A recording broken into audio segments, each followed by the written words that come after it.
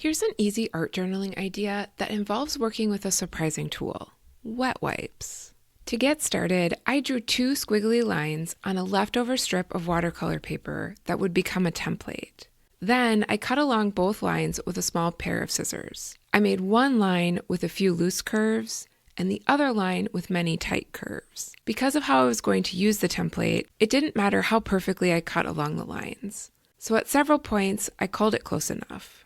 Next, I found a fresh page in my sketchbook and taped off a border with painter's tape. You could skip this step if you want, but I like when my pages have clean edges, especially when I am planning to get a little messy. Then, I got out several tempera paint sticks in shades of pink and red, and used the paint sticks to draw along the edge of the template. Then, I took a wet wipe and brushed the paint stick onto the page. I am so grateful that Mimi from @DeStressWithYoga sent me a video from King Art about this technique so I could try it out. Because this was my first time with this technique, I learned a lot. For example, I learned that darker colors tend to work better. The pastel pink I tried originally didn't show up very well. I also discovered that the spiral binding was getting in my way, so I turned my notebook around when I wanted to add color on the other side of the page. And while I did this in my sketchbook, I think it would be better on either watercolor paper or a mixed media paper that can hold up to some moisture. I chose my sketchbook mostly because I wanted to keep it casual. Plus, I didn't want to waste my watercolor paper on a new technique that I wasn't sure would turn out. Finally, I noticed that it works better to have a couple different colors. Originally,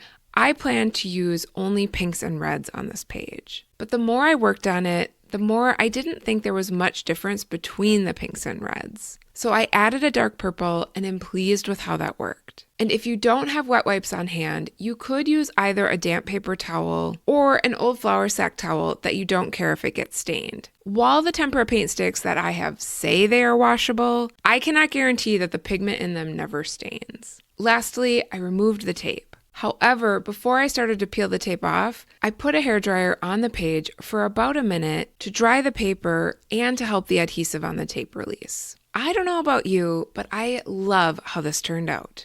What do you think?